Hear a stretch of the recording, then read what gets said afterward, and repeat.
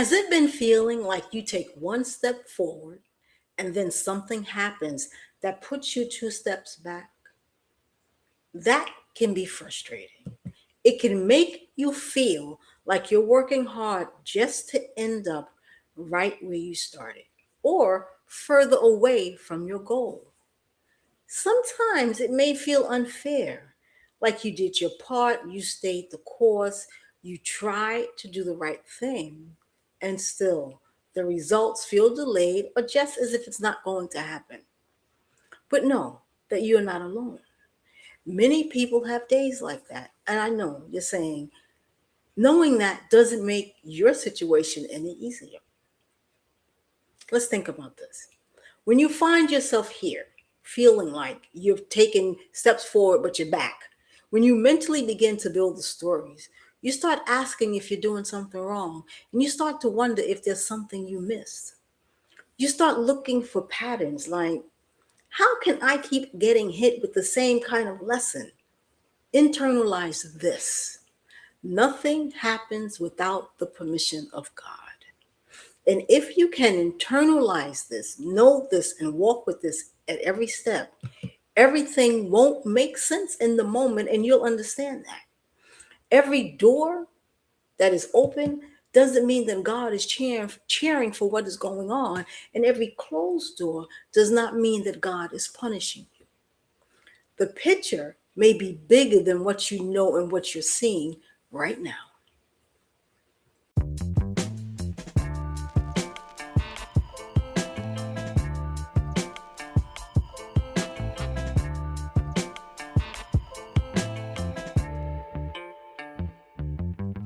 Great things, great things, great things, and welcome in to Words on a Higher Note, our space to reflect, reset, rise, and remember who we really are beneath the layers. I'm your host, Jalen, and I'm glad you're here. Today's reflection is titled, The Beauty of Being Redirected. When a perceived setback comes, it's almost automatic to focus on what went wrong. We played in our heads. We review every word, every decision, every moment that could have gone differently. We look for the mistake as if it's hiding somewhere and we can finally find it. But let's consider, what if the pause and forward motion that you're feeling is not only about what didn't work? What if it's also about what God is saving you from? Because sometimes what feels like failure or delay is really a release. Could it be God loosening your grip on something that was never meant for you to carry? Sometimes it's that thing or person you didn't want to let go of, but was being drained by the connection to it. And it was already costing you peace, already taking more than it was ever going to give back to you. And you didn't know how to fully walk away yet.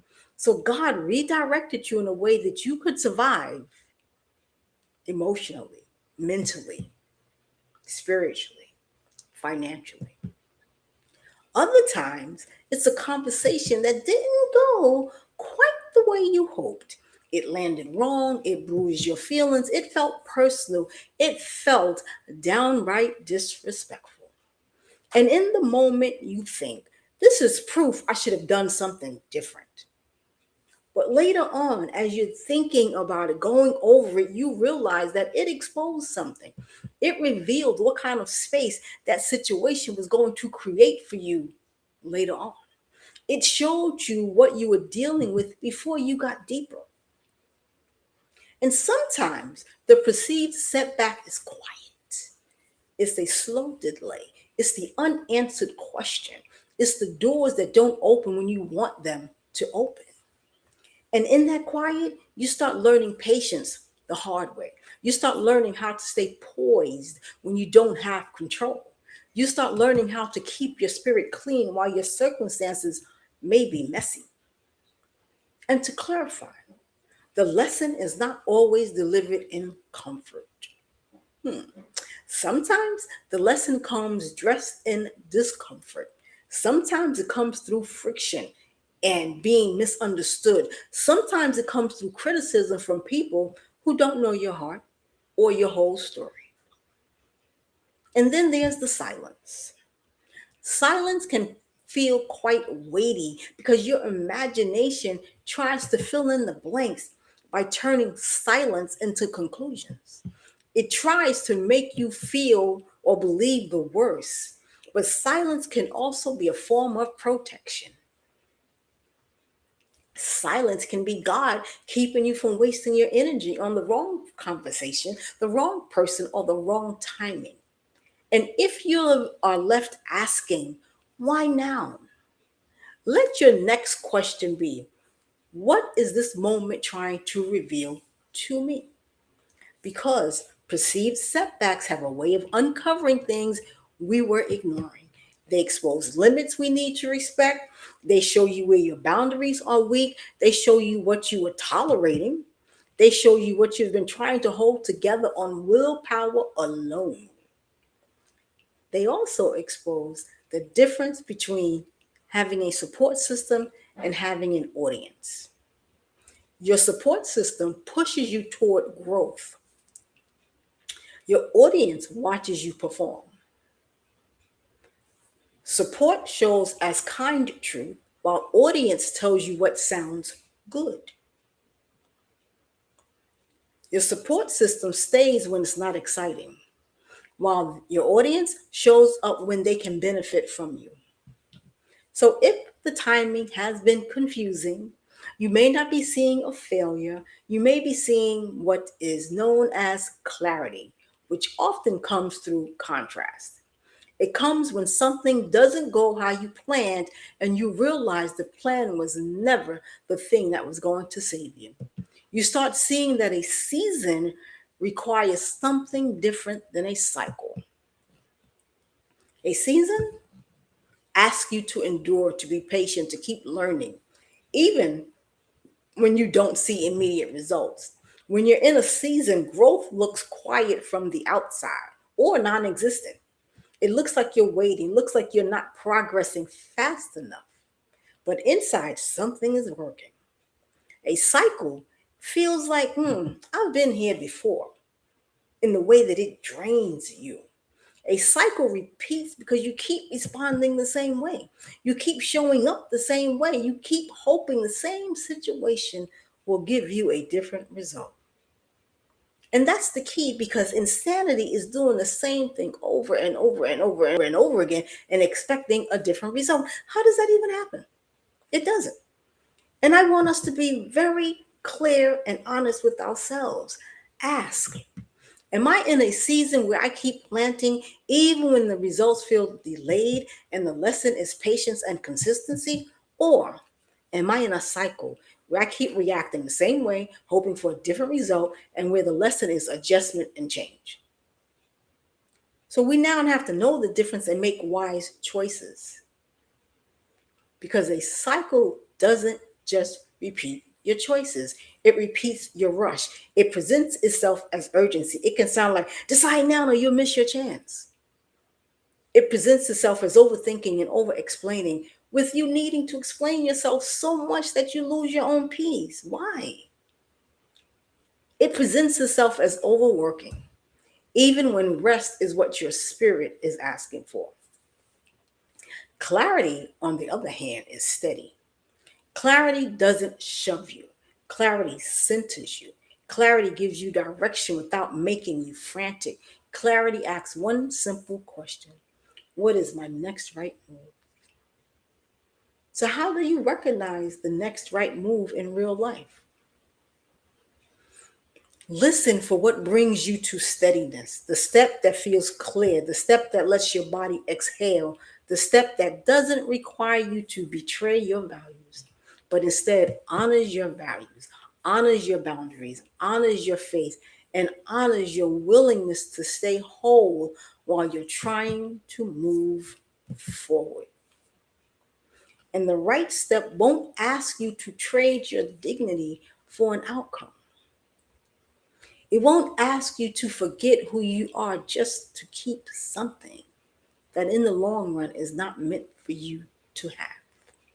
And when you're unsure, say a prayer that goes straight to the core of your question. God, what is being asked of me right now? Please guide me to the next right step. Show me what you want me to do and where you want me to go. And then move in harmony. Move like you believe you're being led in the right direction, even if you can't see the entire road yet.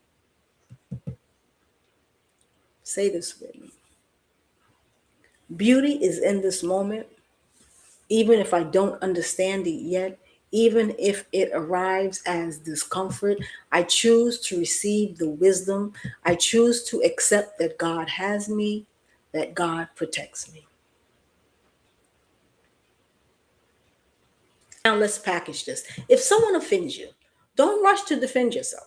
Don't rush to judge. Don't rush to explain your way out of the pain. Ask yourself, what is this moment showing me? Is it showing you where you need a boundary? Is it showing you what you need to stop accepting? Is it showing you that you need to respond with wisdom and not with anger? Because sometimes the lesson is not be quiet. Sometimes the lesson is speak clearly. Sometimes the lesson is stop giving access. Sometimes the lesson is stop calling it love when it's really inconsistency. And on the flip side, if something uplifted you, don't rush past it. Don't let it settle or let it settle within you. Receive it without rushing to the next thing. Ask yourself, how can I allow this to grow within me? How can I fully receive what God is doing without rushing to move on before I even understand what I receive? And once you receive, you can reflect and then you can ask, how can I extend that same kind of upliftment to someone else, giving back? Now, both the challenge and the upliftment can teach you. And upliftment teaches you how to receive without turning it into a debt. It teaches you how to say thank you and let it be enough. It teaches you not to carry guilt for being helped and not to shrink yourself because someone showed up for you. A challenge teaches you how to stand firm without hardening your heart. It teaches you how to stay soft while you become strong. It teaches you how to protect your peace without abandoning your compassion. And every interaction has the power to refine you if you're willing to see what it's doing. When it feels like life pulls you back right after you have moved forward, don't automatically believe you're going backward.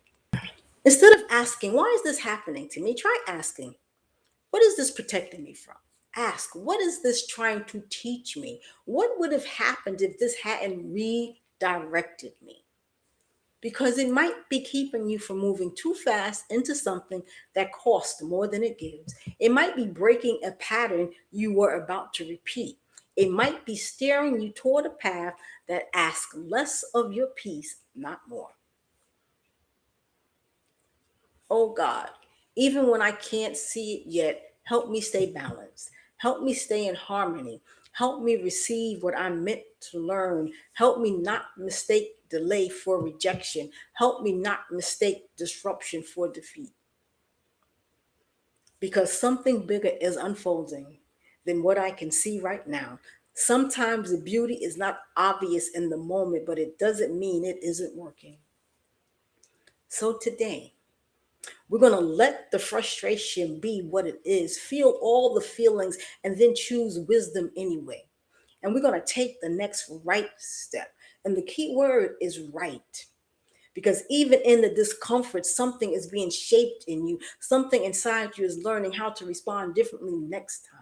Something inside you is becoming less reactive and more rooted. You don't have to see the whole path to trust the direction you're being led to. And if anything I've said resonated with you, a thought, a feeling, a moment of clarity, drop it in the comments. Like, comment, subscribe, and share the reflection with others. Before we close, take a moment to visit and support our sponsors. Mind Over Matter Achievement Center, a tutoring service that meets every student where they are with the goal of taking them where they need to be. They're currently running a summer learning loss promotion. For details, refer to the flyer or email saferswitch@gmail.com. And by way of Yinka's newly released book, No Pot in Sight, but Still I Must Go, the ebook walks you through the emotional and financial realities that can follow a major career decision. Visit nopotinsight.com to purchase your copy. The conversation about the beauty and redirection isn't over. Share your thoughts in the comments section. Thank you for joining us. This is Words on a Higher Note, where reflection meets elevation, where grace meets growth, where personal evolution is not rushed, but embraced, honored, and celebrated. Until next time, keep listening for the higher note. Say, be, and it is.